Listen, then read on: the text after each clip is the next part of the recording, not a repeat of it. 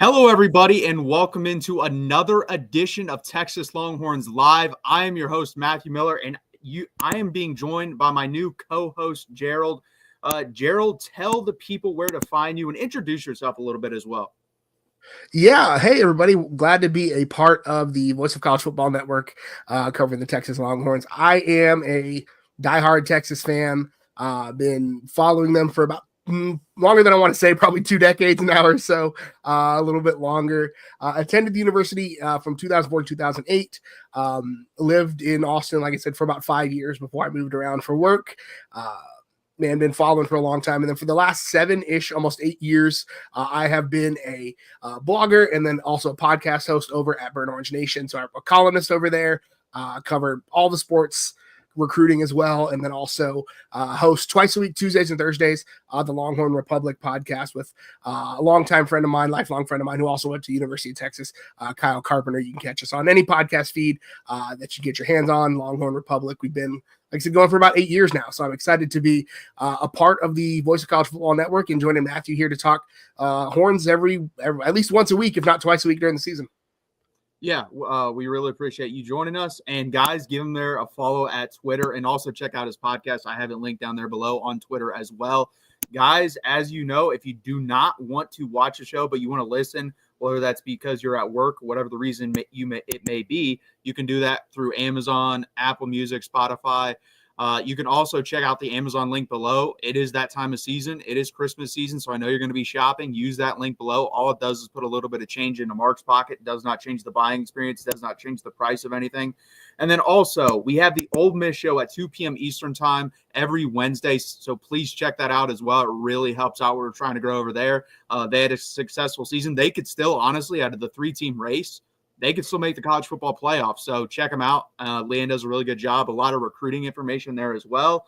Also, Mark's call-in show every Thursday, Friday, and Saturday post-game. He also does one every Sunday morning. So please check that out. And let's jump into things. Texas beats Kentucky 31-14. All around, I thought it was a pretty good game other than the third quarter. So let's jump into that recap. Gerald, what did you like from the Texas Longhorns? Let's jump in and start with the good here. Yeah, it's hard not to say the defense, right? This is we're looking at, I think, a generational performance from the Texas defense throughout the entire season, right? Like I said, I've been following the team for 2.5 decades almost, and this is one of the better units I've seen dating back to this is rarefied air, but like those 04, 05 years where that defense really propelled them to a national championship. And so the defense looked really good. They were fast. They were physical.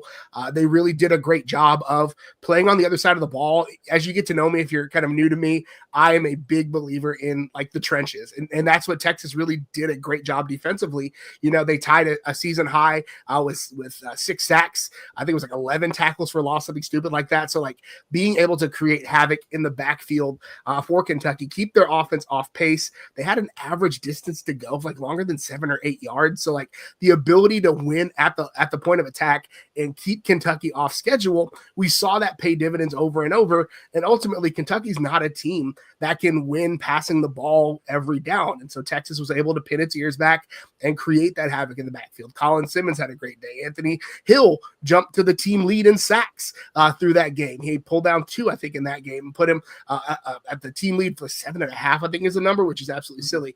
But like the defense, especially that front 7 at the point of attack in the trenches, Kentucky's a team that wants to win there, wants to win at the point of attack, wants to win on the line of scrimmage. And Texas didn't allow them to do that. They were bigger, they were more physical, they were faster.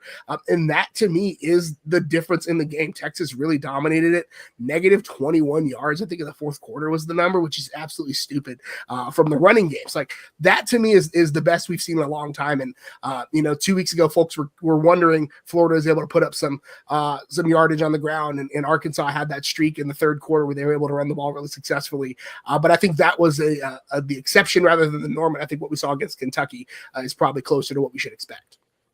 Yeah, and piggybacking off that point, a lot of Florida's like rushing stats in that game were garbage time. Like that game was over at halftime. Everything after that to me didn't mean much. It was 35-0. I don't really care what a team does after that point.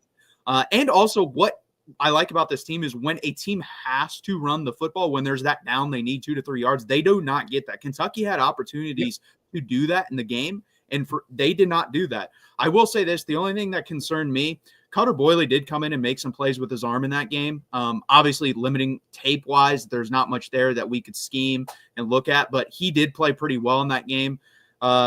And that concerns me because he did find some openings in some zones and stuff of that nature. So maybe that someone else can exploit that down the road. I will say we've gotten pretty lucky with the quarterbacks we have played. Now, the secondary is still really good. I'm not saying they're not. But the thing is, too, piggybacking off that this year there is no great quarterback other than Cam Ward and Shadur Sanders, who most likely we're not going to play Shadur Sanders in the playoff. The only possibility if we do get to the playoff we play is Cam Ward. I don't think there is a quarterback that can exploit the secondary like there was last year. Last year there was Michael Penix, J.J. McCarthy, Bo Nix. You don't have those guys running around in college football this year. This is a down year quarterback-wise. So I don't really see anyone that's going to be able to do that. But I will say Cutter Boyley did impress me with that. Overall, I thought that, like you said, the defense was phenomenal. I think Sark today in his press conference talked about, hey, we've had 12 sacks over the past 2 weeks, and 5 guys have had those sacks. It's not just 1 guy, 2 guys, 3 guys. It's 5 guys that have combined with those 12 sacks. So that's super impressive to me. On top of that, Colin Simmons, I thought I'd plateaued at some point during the season. And then Arkansas and Kentucky just comes out and obliterates. So he's been phenomenal. Really, other than the Georgia game, he's been really good. And it's really exciting to see. Barron Sorrell also had a sack last week. Trey Moore starting to get it going, 2.5 sacks the last 2 weeks. So really exciting from this defensive front. And, Anthony Hill's just special. Why he didn't get invited for the Butkus Award is insane to me. I do not understand it. Yeah, I know. They chose – listen, Danny Stutzman deserved it. Danny Stutzman's had a great year, no doubt. But you have to have – Anthony Hill, deserves to be invited. I'm not saying he has to win, but for him not even to be invited for that award is absolutely asinine to me. I do not understand it. The Stutzman one, and this is going to be my first inflammatory statement. We're 8 minutes into my first broadcast.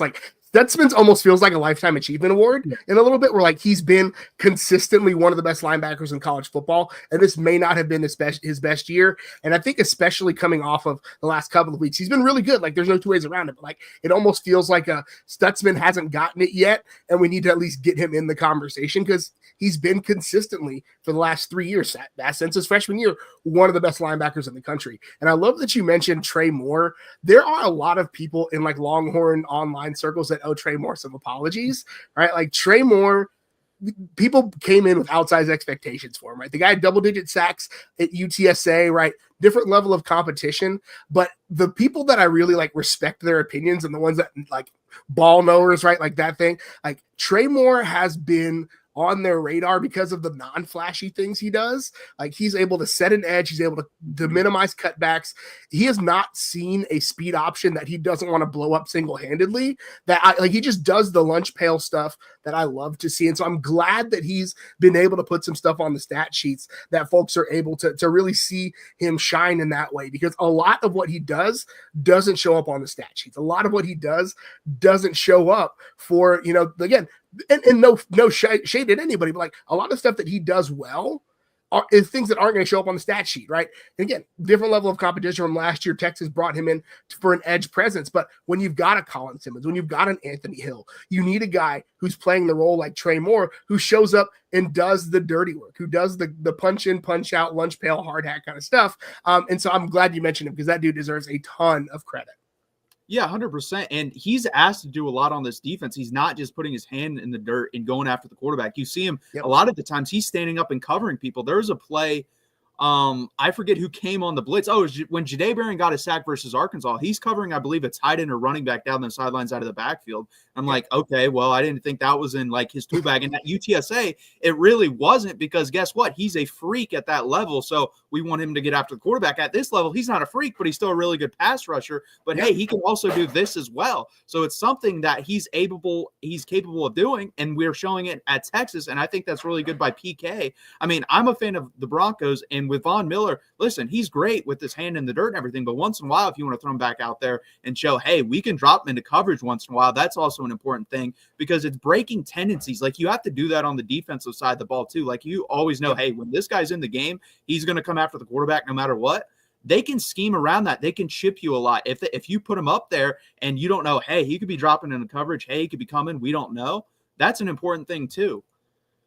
Absolutely, yeah. And I think that is one of the things Pete Kwiatkowski has done a really good job of in his 4 years, and especially as the defense has started to flourish, is allow players and allow folks to show more things in their repertoire, right?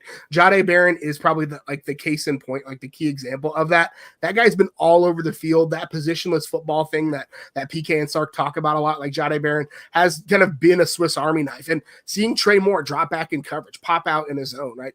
And that is not only good for the team and good for the defense, but like NFL teams are going to see that on film, right? And it's going to get him drafted. And when we talk about creating a culture where folks want to come, being in a system like that where the coach is going to show off multiple things that are going to get the dozens of NFL scouts on site to get excited about you. That's why Texas has become a transfer destination for a lot of guys who are looking for 1 or 2 years of a pop to get themselves a little bit of a shine in the NFL. So I love seeing that from Pete Kwiatkowski's system. And again, there were like PK is probably, if he wants the big job, is going to get poached at some point.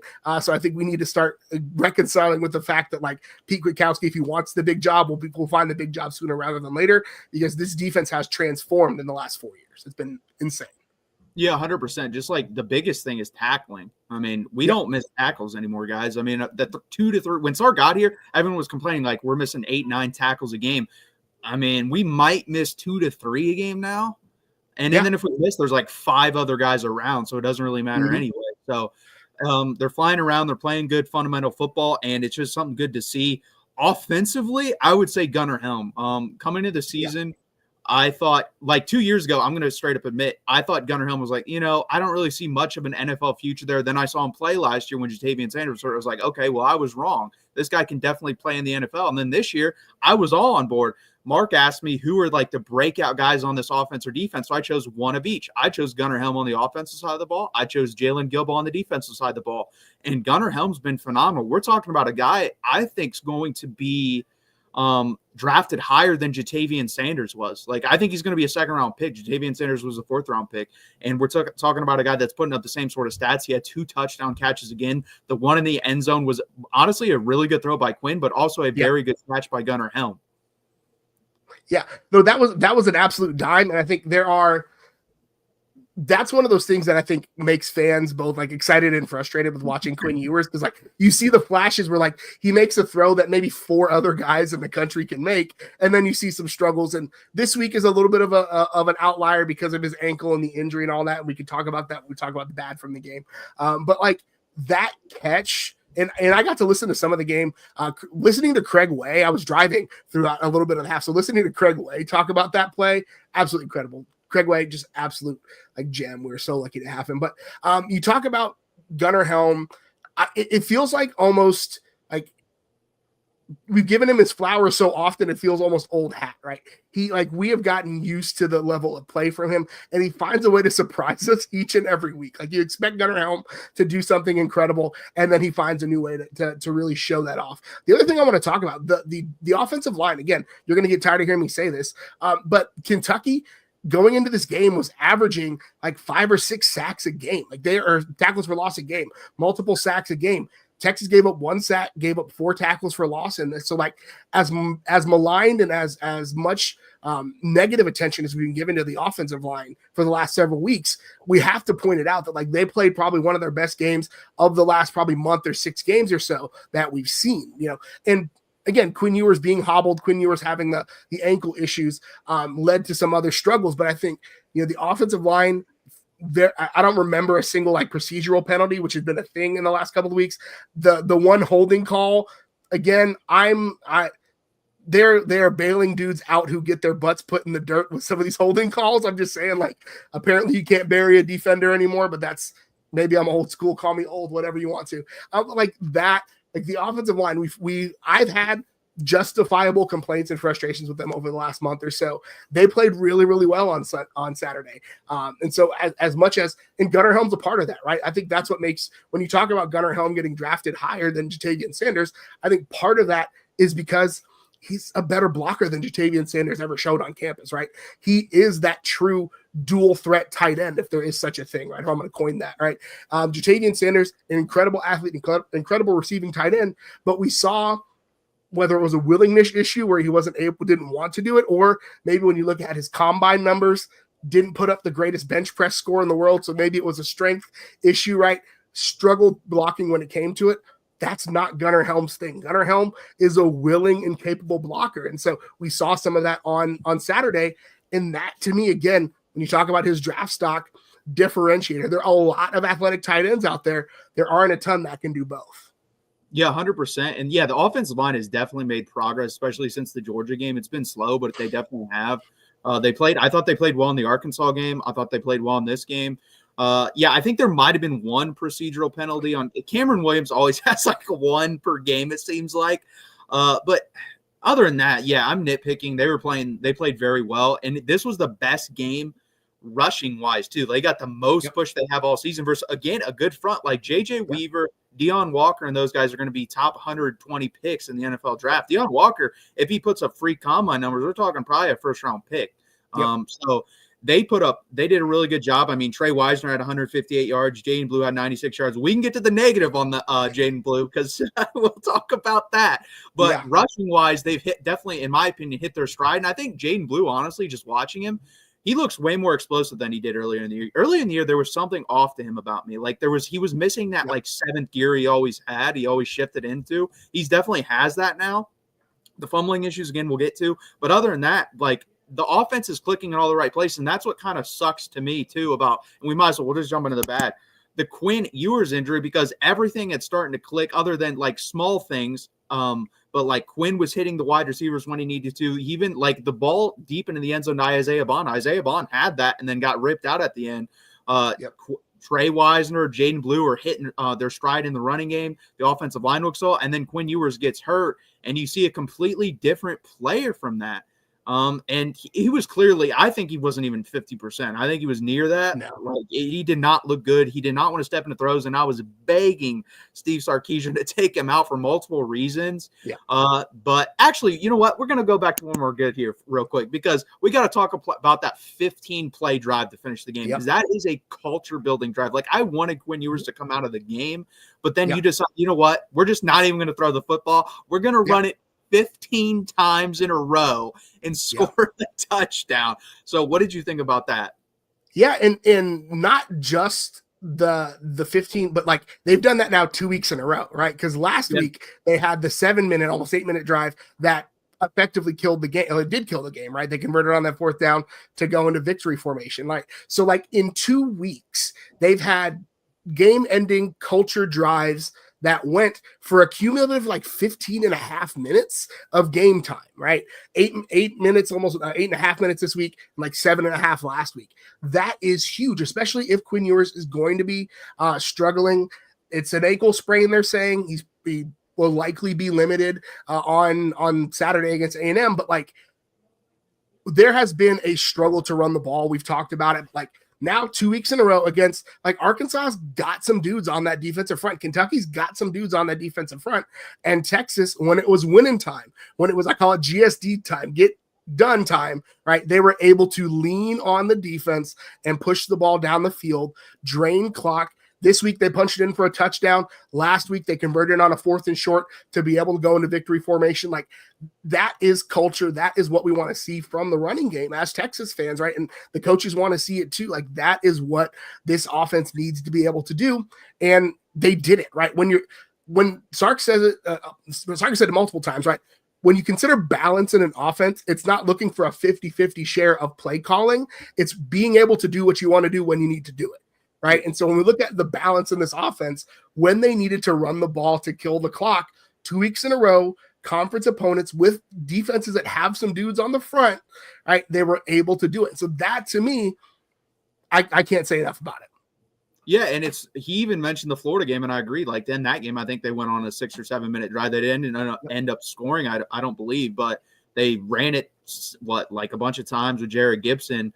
And they bled out the last 7 minutes. We saw that in the Alabama game last year. They bleed out the 7 minutes there. So they have been able to do that. And that's what I think is frustrating. And now we can get to the bad part, because there's this inconsistency of them being able to do it. So you can do it in the most important part of the game. Why can't you do it at the beginning of the game? Because if you put together, in my opinion, with this defense, if you're able to put together 4 consistent drives, like scoring drives, 4 touchdowns, that's enough to beat, I think, 99% of teams in the country. I think 28 points is the number in my head of like, game's over. I don't see this defense giving up more than that. I just don't.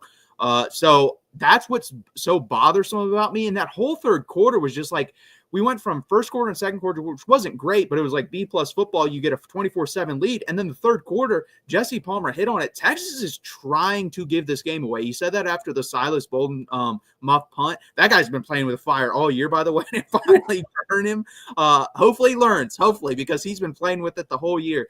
And, you have the Jaden Blue fumble. You have Jarrett Gibson come in, and he fumbles right away. Then you have Silas Bolden fumbling, and then you have Quinn Ewers not being able to really help out the situation because he's hurt. That whole third quarter was just a mess. So we needed that drive, like you said, at the end of the game. But it'd be nice to where we're not needing those drives at the end of the game, because we take care of business early and we hold on to the football. And this has been a reoccurring theme with Jaden Blue.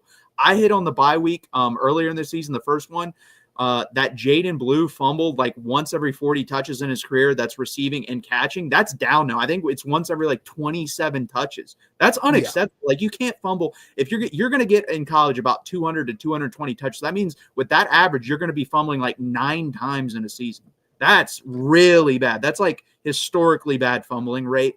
So that has to get better. I know he was holding the football in the press conference. We'll see if that works. The old high school trick where carry around this football with your book bag through the school, in the cafeteria while you're eating lunch, all that. But he needs to do something. I don't know what it is, but it's got to change. Yeah, it didn't work for Jarrett Gibson apparently, because he was doing that 2 weeks ago, and so we saw that fumble on Saturdays. Like, that to me is, there is nothing that will frustrate a fan, a coach, a player, a teammate more than like, though it is basic football 101 from like Pop Warner. That's the number one thing as a running back, right? High and tight, multiple points of contact. And the one against Arkansas is a little excusable, I think. Backtracking 2 weeks is like, yes, you kind of have to sense that, but also you don't expect to get walked like that and somebody come from behind you and strip it. But this week, I don't know what it is, and Tashard Choice has got to figure it out. Like, he has been an incredible running back coach. I think he walked into a really advantageous position. He's done a great job recruiting. But whatever it is with these two guys, like, you've got to figure it out. And frankly, when the 3-star kid is playing better than you, as a guy who, Jaden Blue was former number 1 running back in the class as a junior, right? Like, the 3-star kid from DeSoto is outplaying you in every facet of the game. So you've got to figure it out, or you're going to get left behind. And I love Jaden Blue. I was a guy who picked Jaden Blue as one of my breakout stars for the year on a couple of things that I like. I thought he was going to be the dude, because especially this was before the CJ Baxter injury. You bang on them with Baxter for three quarters, and then Jaden Blue comes in the fourth quarter and can catch an edge and outrun anybody. That was what I thought would happen before the injuries to the running back room. And so for me, that is the biggest red flag, because it's not excusable, but you can get away with it against Arkansas and Kentucky. But we're going into College Station this weekend. We'll talk about that in a little bit. But like, going into College Station this weekend, the fans are going to be all over you. It's going to be loud. It's going to be raucous. And A&M's a good team. Like, there's no way around it. They got beat this weekend, but they're a good squad. They've got a great defense. And in the college football playoff, there's very little room for error. If Texas is able to do that, even the SEC championship game, it could be Georgia, whoever they're playing, right? We saw what happened against Georgia a couple weeks ago.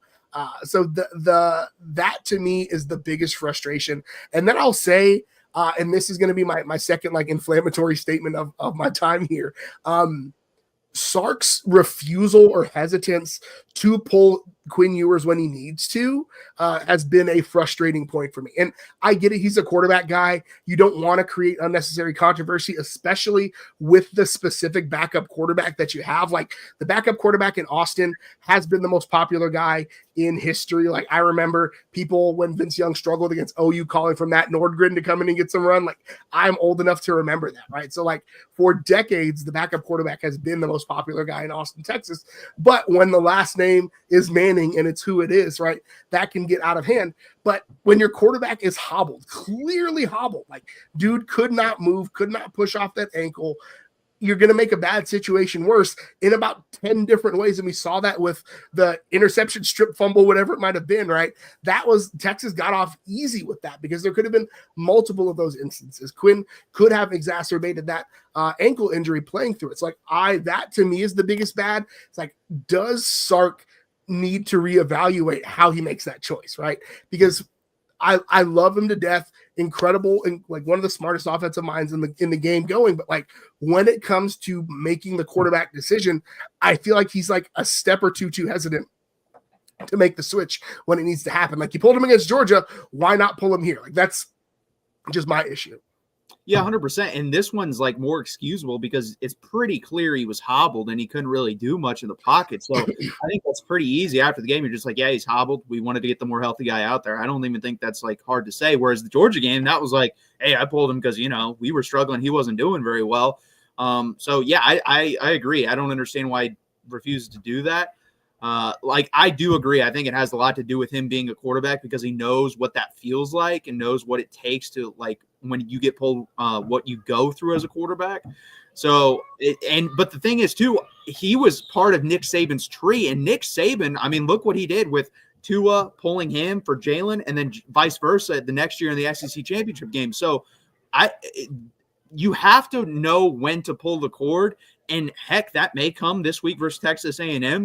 This is like basically a play-in game for the playoff. Like, if we lose, I still think we get in, but you're giving it up the chance at that point in the committee. If you win, you're going to be in the college football playoff. So this game, to me, if it's 17-14, you're winning, and Quinn Ewers just looks hobbled, and you need to make the decision, or it's 17-14, you're losing.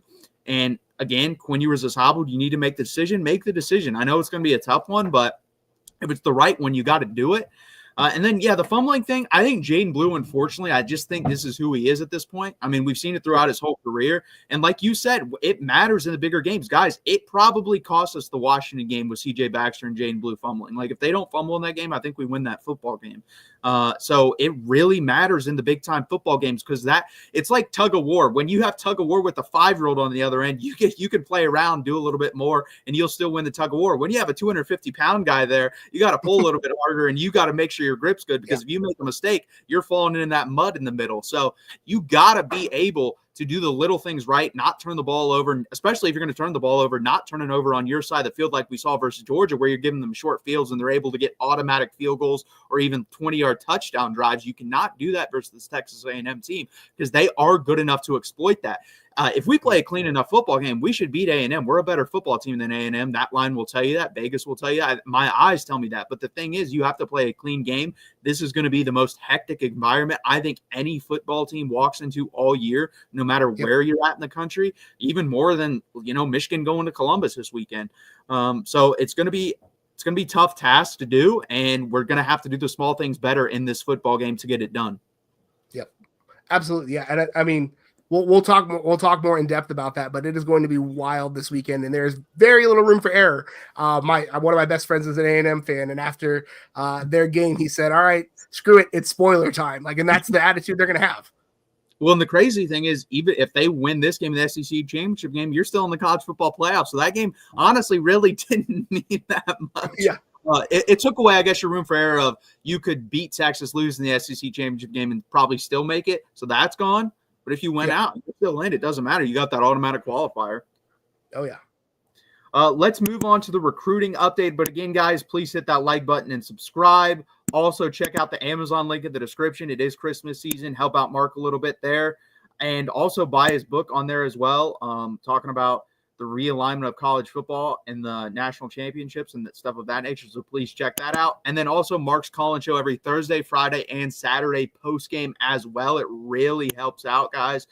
Call in there, voice your opinion on there. And subscribe to the Old Miss channel. Help out. We're trying to build there. Leanne and those guys do a great job over there. She's going to start to bring a lot of recruiting stuff as well. She's down in Texas, so she's going to interview probably a couple Texas recruits. That will help out this channel along with other ones. So please check that out as well. And speaking of recruits, Texas brings in Michael Fasusi. The visit apparently went better than his summer visit. The only problem is there's stuff in the nature of, I guess his mom really doesn't like something about Texas. I don't know what it is, but that is a rumor out there. She did not come on the visit, and Jerry Hamilton of On Texas said, watch out for that with Texas A&M. If she decides to go to the Texas A&M visit and she didn't show up to Texas, I think that speaks volumes here.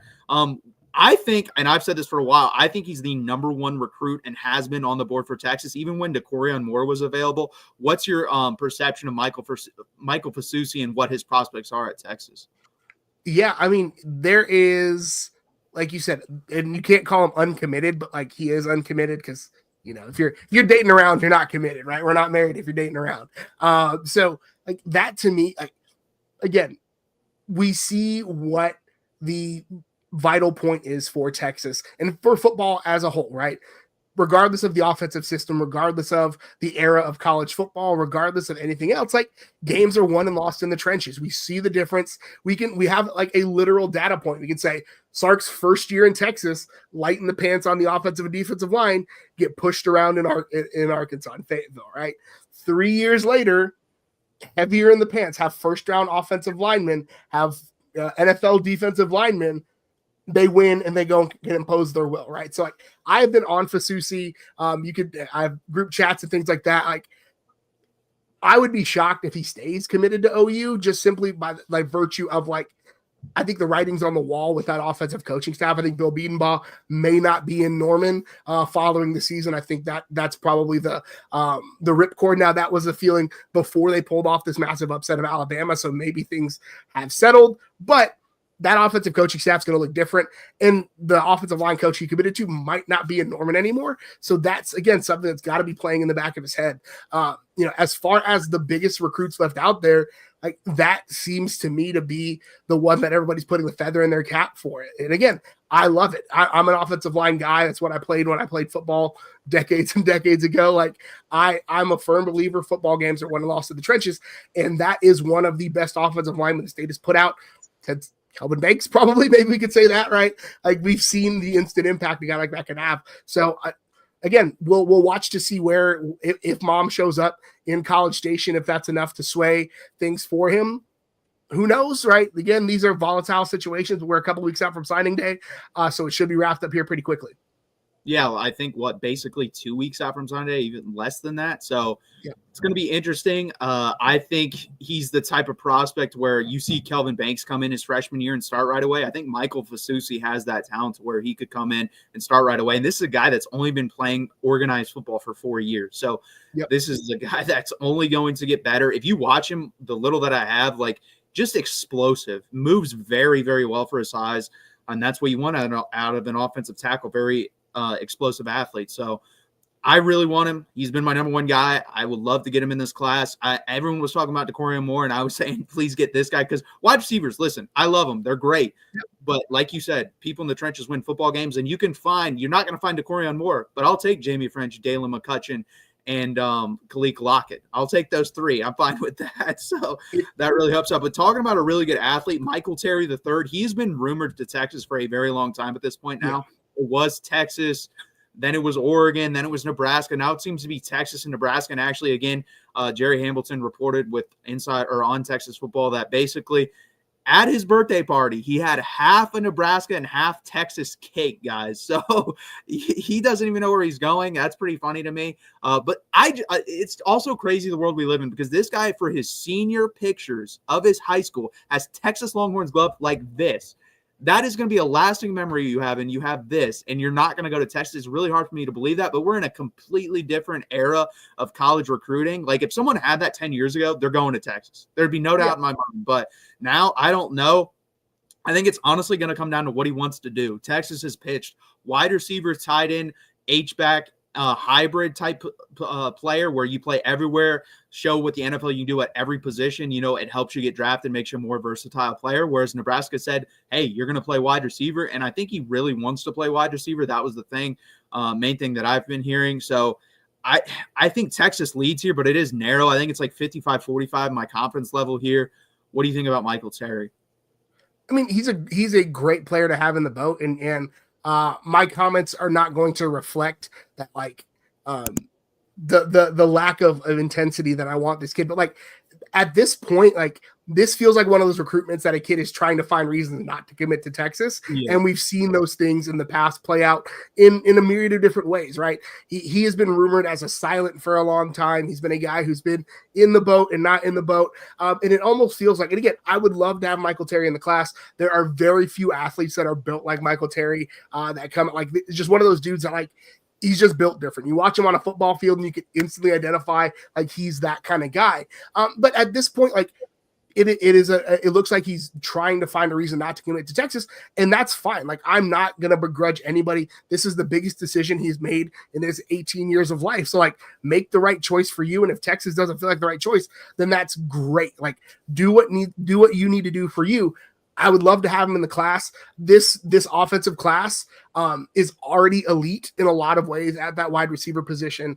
Offensive line, the class is really, really solid. So like it would be an incredible addition to the class. It would put Texas probably over the top to be top 3 guaranteed class in this cycle. So like I would love to have Michael Terry in the class. Period. End of sentence. Right. But also if he's kind of wishy-washy about it, like we've got 2 weeks to make this choice. So let's hopefully get him in the ship. But again, if he's looking for a reason not to commit to Texas, he'll find one. Yeah, I kind of feel that way too. We'll actually jump to another guy I kind of feel the same way about that we've been rumored because he decommitted from Florida State. We already got Myron Charles in that boat from Florida State with the decommitment. Dalen McCutcheon at wide receiver with the decommitment. Javion Hilson. When Javion Hilson decommitted, I firmly thought he was going to be at Texas in the next week or two. And it's been like 3.5 months now, still not committed to Texas. In fact, he actually just went on an official visit to Michigan. They're starting to throw a lot of money around, obviously, with the Bryce Underwood situation. So I think this is another guy that doesn't really want to come to Texas. Like, it'd be awesome to have him. And he's the number 2 or the number 3 edge in the class, according to 247. And it'd give you like Smith Orogbo and him off the edge would be freaking phenomenal in this class. Again, with another 2 years of Colin Simmons as well. So that would be insane with that edge class. But I just don't see it happening because, like you said about Michael Terry, every reason has been given, it seems like, not to go to Texas. Like he could have come to Texas for an official visit this week, and he decided to go to Michigan. And then he's going to Texas A&M this week for this game. So I think he honestly probably ends up at A&M. That's my gut feeling here. I don't love it, obviously, him committing to Texas A&M, and I'd love to have him, but I think that's where he ends up. Well, and I think you mentioned Smith Orogbo, and then you also have Lance Jackson in this class. So, like, it's also a crowded edge class, right? Is it an issue of, like, there's a lot of bodies in the boat already? And Orogbo and Jackson are both guys that are NFL potential kind of guys. Like, it is going to be a crowded group. Now, that being said, we've seen a lot from Pete Kwiatkowski and his staff that shows, like, if you can get on the field, we will highlight your skill sets. So there's that to contend to, but again, this is one of those recruitments that, like, it feels like he's looking for a reason to go somewhere else. And again, I will never begrudge a kid for doing that. Like, take all of the official visits you can, because again, there's not a cap on it anymore. So take all of the official visits you can, vet this process very intentionally, like only commit to the school that you feel that is the best fit for you. So like if he doesn't feel like that's Texas a slam dunk, then, and I would much rather him go and do the due diligence, right? Go and check out Michigan, go and check out A&M, watch Texas beat the pants off them this weekend, right? And then make an informed decision, because when push comes to shove, if they're half in the boat, half out of the boat, and they commit to Texas, they could leave in a year from the transfer via the transfer portal if they don't feel like the decision was the right one. So again, do your due diligence, make the decision, make what's in the best interest for your family. You only get one football career. So like, again, I'm not the type to begrudge a kid for making and doing that due diligence. But again, I think this is one of those that you can't count on to have in the class just because they're looking for a reason not to. And again, with Lance Jackson in the class, with Smith Orogbo in the class, we can't have this conversation without talking about Joseph Mbachu, who committed this weekend as well. A kid who's only been playing football a year. Go watch his tape. That kid's only played football a year. Insanity, right? That is a longer development track, but the kid has all of the things you want out of a lineman, and he's going to be a guy we're talking about with NFL future in 3 years or so. So like, this is already a really solid class. You've got Sharma in there from California. Like, this is a good group of defensive linemen. So again, would love to have Hilson in this class, a guy who would raise the tide for the defense. But if he comes to the decision, decides that Texas is in the place it needs to be, the class is going to be okay. Yeah, 100%. Yeah, I think Hilson just puts like the cherry on top and makes it the best like defensive line class in the country is basically what I do 100%. Instead of like a top 5 or 6. He's a really good athlete, and I think the best case is what we said earlier of there's been 12 sacks and 5 guys have gotten those 12 sacks over the past 2 weeks. So you can pitch that to him and say, listen, you can come here and all of you can eat. It doesn't just have to be one of you. You can all eat here. You're all good. We'll develop you. We'll get you to that next level in the NFL. And Sark's going to do that again. I mean, they're probably going to have 3 to 4 first-round draft picks again this year. They're going to have 8+ guys drafted. So you're going to have, almost 20 guys drafted in 2 years. So that's another pitch to him as well. And then back-to-back years, Texas has put a guy on their all-time freshman sacks list, Anthony Hill a year ago, and now Colin Simmons. Like, you're not only going to come in and we'll have food for everybody, but you're going to eat immediately. None of this freshman to the back of the line stuff. You're going to eat on day one, young buck. If you can get on the field, we will find a way to get you to the quarterback. Anthony Hill had 5.5 last year, which is like top 10-ish freshman all time. Colin Simmons is within striking distance of number 2 all time. He would have to have like 12 in the next X number of games to get number 1 all time. Probably not going to happen, but he is within striking distance of the second best performance from a freshman edge in the history of the University of Texas football. So like that's a recruiting pitch right there. Eaten from day one. 100%. And Javion Hilson and Colin Simmons definitely has a little bit more upside, but they're pretty similar recruiting profile-wise, body type-wise, and everything like that. So that'd be my pitch to him. Last guy we'll hit on is Justice Terry. I never really thought Texas was in the picture here. I thought this was more of a ploy to get more money out of Auburn or Georgia, honestly, because he got invited. Well, his camp actually reached out to Texas and then got invited to the game for Texas versus Georgia. And I've cautioned people, hey, listen, I think this is more of he wants to watch Georgia than he wants to watch Texas. It's like another basically official visit in a different place for Georgia. And I still kind of feel that way because Jerry Hamilton also reported that this is like Kirby Smart, like he wants him, but he's also pushing, I don't want him to end up at Texas. Like if he ends up at Auburn, that's one thing, but I just can't let him go to Texas because Texas is starting to get that pipeline into the Peach State. And Georgia, if anyone doesn't know, is like number 1 when it comes to getting guys into the NFL per capita for states. So we've got Joseph Bachu. He's from Georgia. We tried to get Kevin Wynn from Georgia. If you can get Justice Terry, which I believe is I think he is the number 1 defensive lineman in the country recruiting-wise from Georgia, you're setting up a pipeline there, and that is something Kirby Smart wants to avoid at all costs. And Texas has already done it in Florida, right? Two years running, had the top running back in Florida. Now they have 3 of the top 10 players in the state of Florida in this class, right? So he's seeing that Sark is getting these tendrils out into the classic SEC country. So, I mean, I don't blame him for wanting to put a wall up around the state, right? Because if Texas can get that pipeline in there, oh boy, things are going to get cooking. Yeah, I mean, Kenny Baker has done a really good job building this class. Like Kenny Baker – I wasn't sure about Kenny Baker when they hired him. Didn't have a lot of bona fides. Didn't have many skins on the wall, as they say. But he has done a really, really good job building this class. I think, again, this is another one where Texas did a good job of filling the boat early so they could focus on big game hunting late, right? The foundation of this class, the floor of this class, really high on that line. And I think adding Bachu this last weekend helped kind of solidify that floor. And so now with 2 weeks left till signing day, it's all top 10 guys. It's all top 20 guys. They're big game hunting. Kenny Baker can hit the phone, or his assistant could hit the phone and have these conversations. And really, this is where you try to land the whales. And this is big boy recruiting. Like if Texas is going to be competing in the SEC, if Texas is going to be competing for national championships, this is the kind of stuff you have to deal with, right? And if you're not cut out for it, I get it, but like we're going to be in these squeaky bum recruitments moving forward, right? If Texas is going to be competing, these big types of athletes, these big game guys, this isn't going to be a Mac Brown recruiting class where he's got everybody cinched up 6 months before signing day, right? This is going to be to the wire. And this is another one where we're probably not going to find out until signing day. This will be a big swing. Either way, again, I think the class, back to the point, right? The defensive line class could be fine. Kenny Baker done an incredible job. And I think Texas has shown that they're able to get linemen into the league. Like, that's the biggest thing that we're looking at. These guys are looking at, can I get to the league?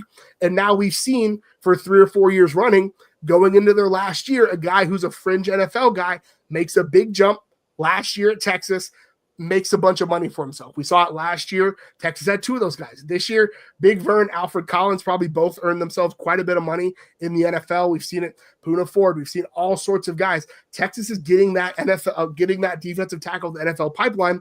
And so if Texas can pitch Terry on that, now again, Georgia has that, Alabama has that, Auburn doesn't as much as of late, but historically does. But Texas has the skins on the wall recently to say, we're putting defensive tackles in the NFL. And they're playing really well, right? They're playing really, really well. So Devondre Sweat making heads turn, right? He's a guy who's Byron Murphy, the guy who's making heads turn. That's your recruiting pitch. That's your pitch tape. It's like, hey, you want to be in the league in 3 years? We can do that. Yeah, and on top of that, I think you can pitch early playing time because a lot of those guys, like you just talked about, are going to go off to the NFL. That is a hole that Texas is going to have to plug again this offseason. You know, we had to plug the Devondre Sweat, Byron Murphy hole this season. You're going to have to plug the Vernon Broughton, Alfred Collins hole next season. And I think we'll be fine with that, but you can definitely pitch Justice Terry of, hey, you can come in and contribute and probably play 25, 30% of the snaps right away with the talent level you have. So that's something to pitch there. And then obviously NIL game, Texas is always going to be up in the 5-6 of the country range now. I think Michigan might even be on a different level right now with the way they're starting to spend money. But Texas is always going to be there. And I think it's going to be interesting what happens down the stretch. You know, Sark has kind of pulled a rabbit out of his hat every season he's been here with a recruit. You saw Terrence Brooks flip his first year. You see Anthony Hill flip his second year. You saw Ty Anthony Smith flip last year. So who's that guy? Who is that guy going to be this signing day of, hey, we had no idea this guy was going to come to Texas, because Ty Anthony Smith hadn't even visited Texas last year. And then all of a sudden came to Texas. Who's that guy going to be this year? I think there's going to be one of those guys. I don't know who it's going to be, but I think one of the guys we mentioned, or like a Justice Terry, or there might even be someone off the board that just flips, because I think Terrence Brooks was pretty off the board when that happened. There was no one that was reporting, hey, Terrence Brooks is interested in Texas. He was early on, and then that faded away. Never heard anything. And then all of a sudden, oh, he's going to Texas. What the hell happened there? So it's going to be very interesting what happens on signing day. Post Tom Herman clarity, we'll call that. Yeah.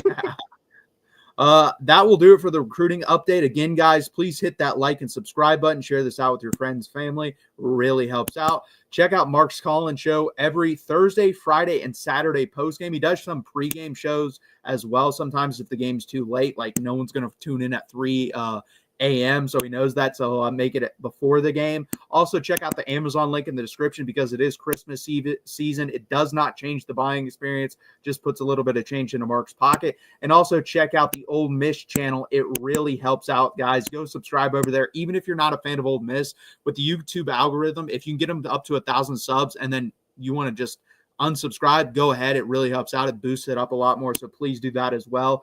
And let's talk about this game. It's been a long time coming. The Texas A&M preview. This is the early line on that. It's actually moved. I think it was 7.5 at one point when it opened.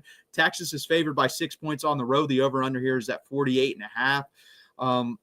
This is a game people have been looking forward to since 2011. So really crazy that we've had to wait this long for this game. 13 years. This is a game that's been played 1915 to 2011 was played every year other than I think like major world wars, and even then I think it might have been played. So we finally get it back. Texas won the last meeting obviously on a Justin Tucker walk-off field goal, 27-25.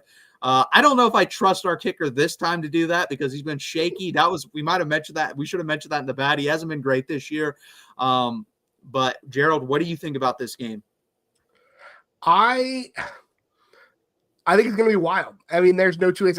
I still remember where I was in 2011. I was hiding behind a recliner, and my aunt was looking at me like I'm crazy because she's from New York and she doesn't get it, right? Like, this is the game that so often defines so much of the season, right?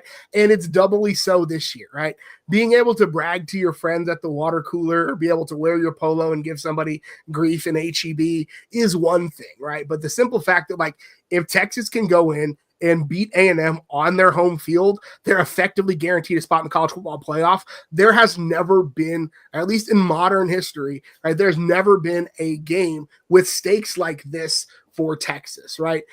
Being able to say, it harkens back to, I remember the early 2000s when whoever won in Dallas was going to go to the Big 12 championship and effectively play for a national championship. This is that same type of vibe, but a little bit more because it's A&M. We haven't played it in 13 years. We've all been Twitter warriors about it for a decade and a half, effectively, right? So now we could say when the rubber meets the road, and especially for as a Texas fan, we think about it, A&M had a 13-year head start in the SEC. If Texas can go in to their home field and beat them, they will play for the SEC championship in their first year, something that A&M has been unable to do for 13 years, right? So you'll have this to hang over your biggest rival's head, right? And you can argue about who's your bigger rival, right? I got to see A&M fans more than I see OU fans, so that's a bigger rivalry to me, right? They're both incredible rivalries. They're both folks I love to hate. But like that, to me, it is massive. Now, on the football side of things, I think the game is gonna hinge on the trenches, right? And I've said it before, you're gonna get tired of hearing me say it, but like when you've got a guy like Marcel Reed, can your defense play solid assignment sound football, right? Can your defensive ends hold the edges, right? Can they keep that quarterback contained? Because he's going to beat you with his feet, right? Can the offensive line be able to match up with, I'm going to say it, this outside of Georgia, right? This is probably the best defensive front we've seen and will see throughout the years, right? I hate saying nice things about A&M, but that defensive front, the guys from that massive recruiting class that they bought a few years ago, the ones that stayed, most of them are in the trenches, right? So, like, for me, that's the matchup. Can the Texas defensive line or offensive line match up really well with this stout A&M defensive line? And can this Texas defense take advantage of an offensive line that has taken some time to gel, had some kind of shifts and shakes around, and keep Marcel Reed from getting his feet going? Because if you force Marcel Reed to drop back and pass, he makes mistakes. We've seen that, right? And this Texas defense, number 2 in the country in interceptions, not a mistake, right? You keep that quarterback from getting comfortable. This defense is going to be opportunistic. So, like, to me, that's where the game's going to be won and lost. 100%. And I think the game plan Texas to draw from is the South Carolina one. Like, South Carolina has a very good front. They let them eat. Dylan Stewart had a pretty good game in that. And then also South Carolina has a pretty underrated back end. I think ours is still better. But overall, I mean, the one guy that Texas just has to limit off the edge is Nick Scourton. He's definitely their best pass rusher. His numbers aren't great. Like, I thought they'd be better this year. He only has 5 sacks, but he's still a hell of a player. Like, coming over from Purdue, I think he had 10 plus sacks last year in the Big Ten. Yeah. And he's still been very productive. He also has 14 tackles for loss. So you have to stop him off the edge. Shamar Stewart and Shamar Turner are also good playmakers, but they're more of run stoppers than they are off the edge. Their secondary can be had. You just have to have time. And I think that's where the Quinn factor comes into it. Well, does Quinn Ewers have the ability to step into throws this weekend? If he doesn't, honestly, he shouldn't even be playing. Let's be straight up with that. Like, if he cannot step into throws, step into the pocket, you got to have Arch Manning play. I don't love that. I don't love Arch Manning's first start coming, like real start coming on the road versus Texas A&M.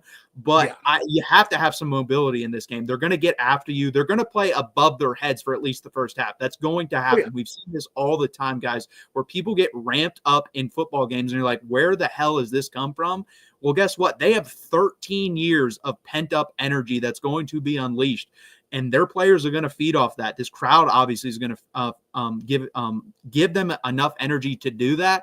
And you're going to have to, I think, early on, just weather the storm. I think that's going to be the thing. If you can stay in this football game, weather the storm early on, you'll be fine because you are the better football team. I think in the second half, you can prove that. But you cannot allow this game to get far away from you in this first half, because this first half, I'm going to say again, it is going to be the most crazy environment any football team walks into all season long. I don't care what the national championship game is or the SEC championship game is, whatever conference game you want to say, no other team will walk into an environment like this. So you just have to weather the storm early on. Hopefully we can do that. And if Quinn Ewers is like 80% offensive line, can you just keep him upright most of the game so he's not getting hurt later in the game? And the way to do that, run the football.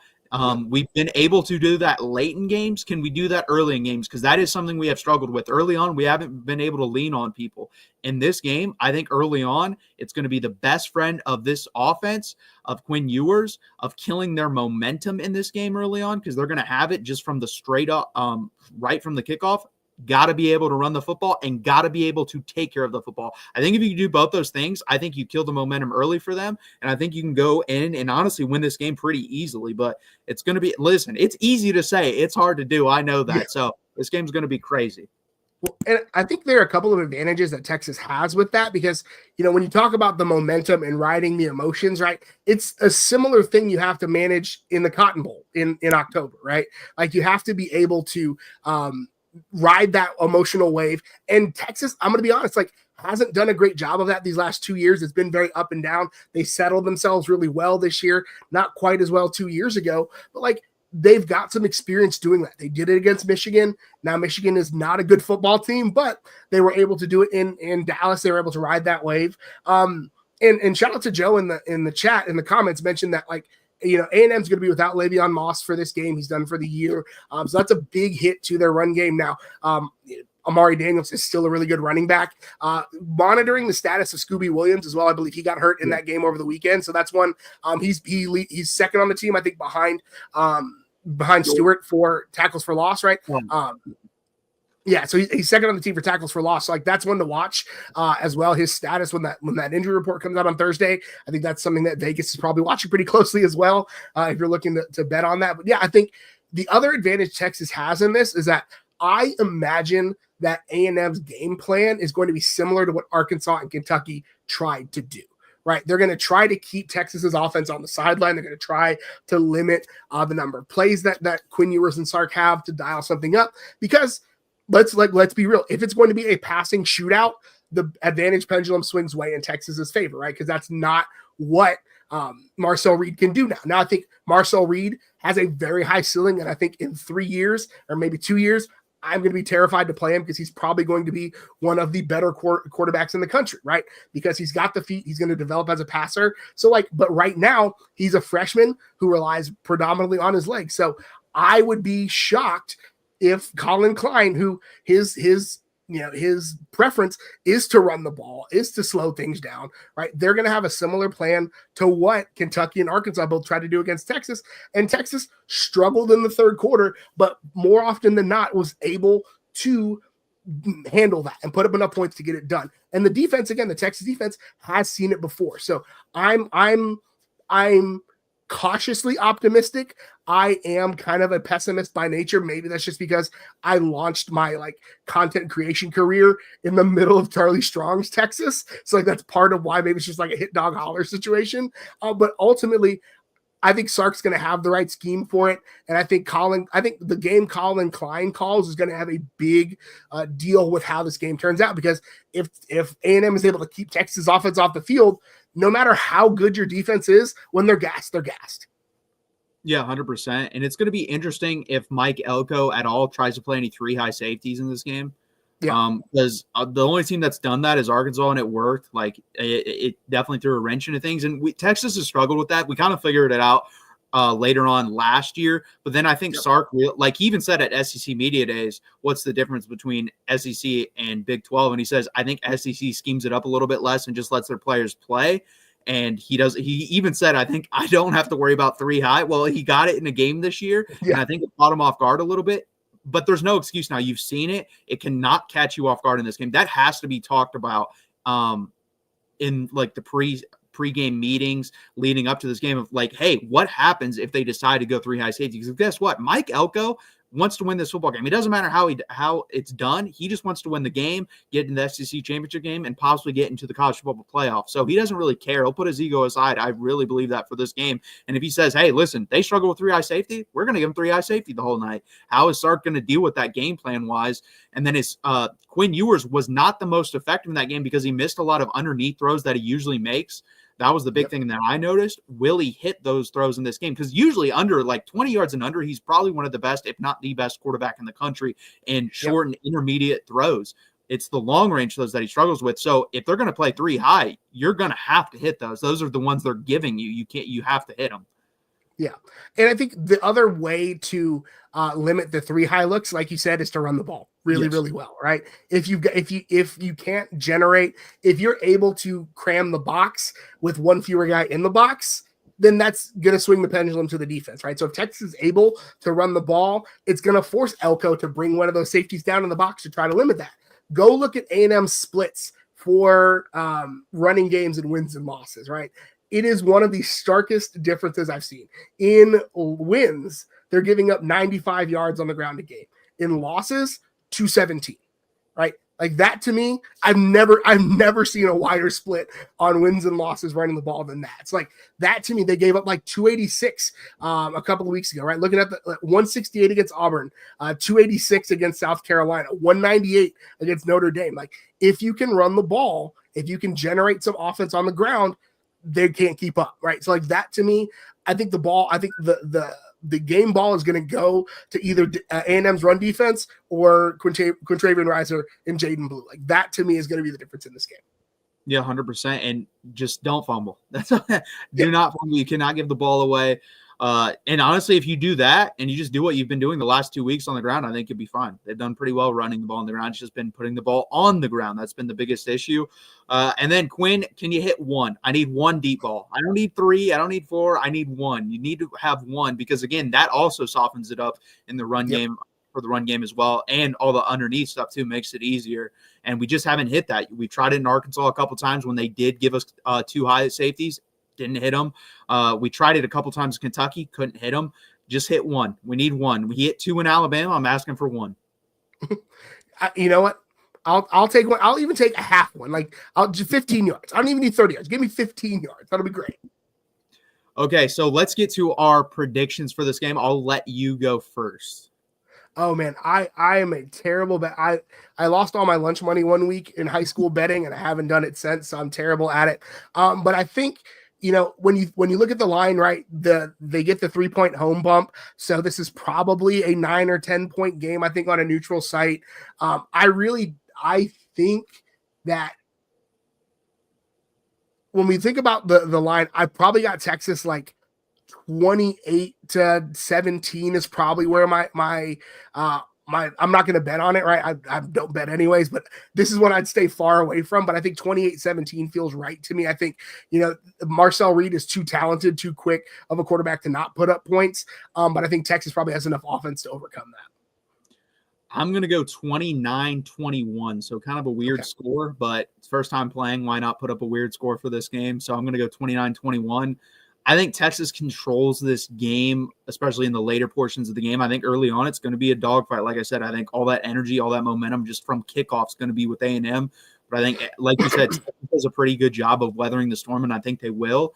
And I think they'll pull away late, make it a 29-21 game. And I even think it'd be like probably a late score from A&M. I could see 29-14. They put on a late score. So I'm going to go 29-21.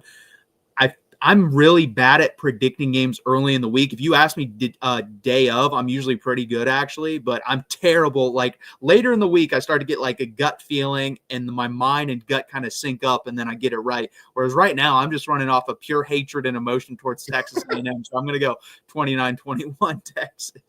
I'm legitimately like 5-1 on the year against the spread. So like, do not bet any of my picks, please.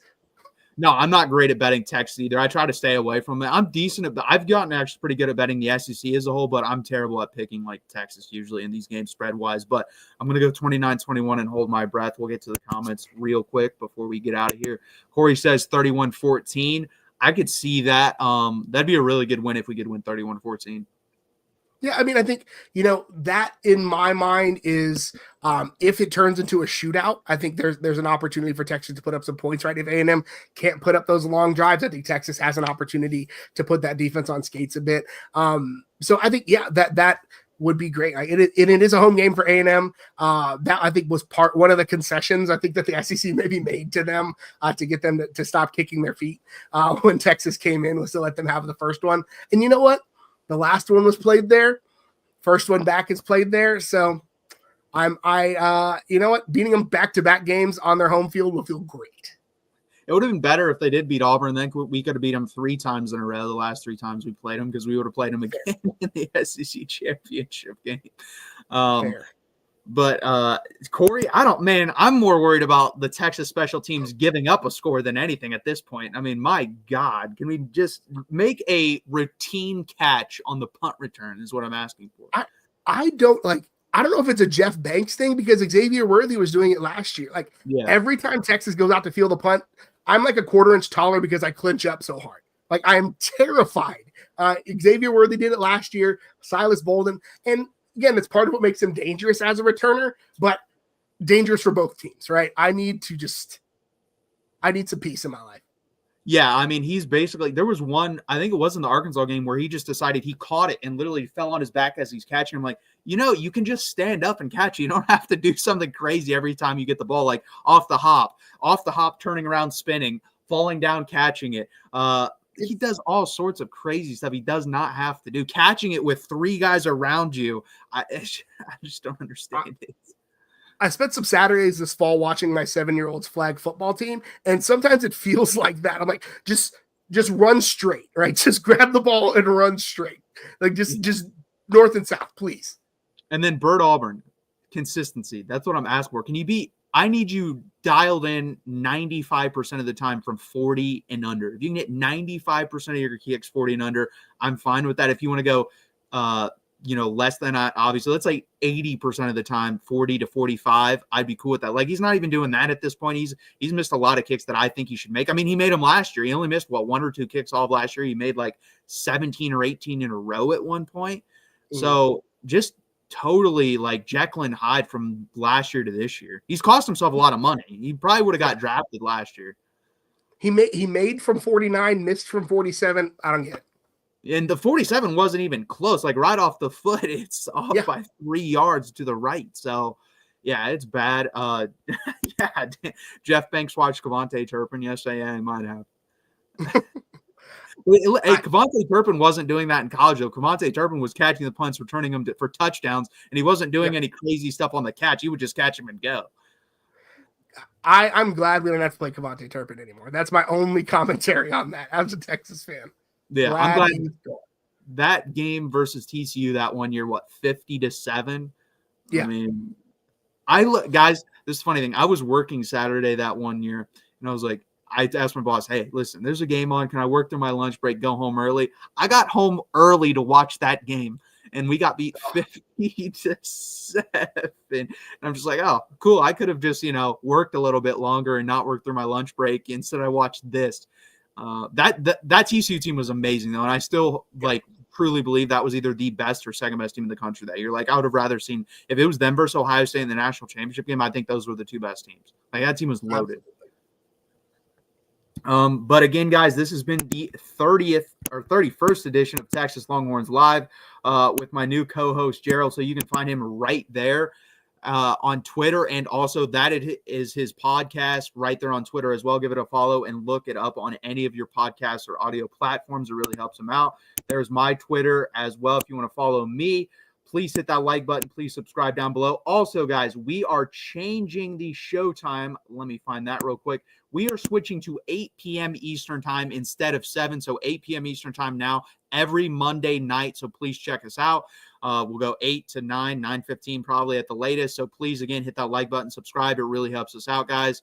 Again, this has been the 31st edition. Gerald, I'll let you have some closing talking points if you'd like them.